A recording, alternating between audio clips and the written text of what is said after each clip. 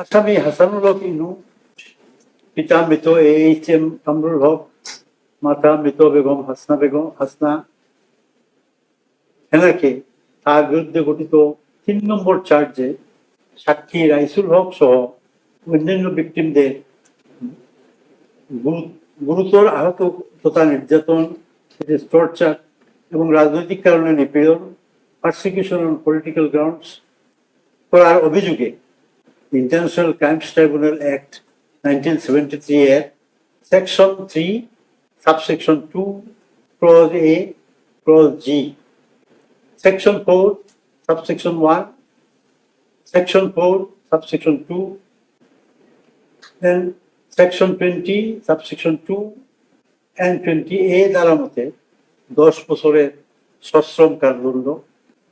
এবং 6 নম্বর চার্জে conspiracy, instigation এবং কমপ্লিসিটি, এটি দুষ্কর্মে সংযোগ ইন ক্রাইমস এগেনস্ট হিউম্যানিটি এর দায়ে ইন্টারন্যাশনাল ক্রাইমস ট্রাইব্যুনাল অ্যাক্ট 1973 এর section 3 subsection 2 clause A and clause G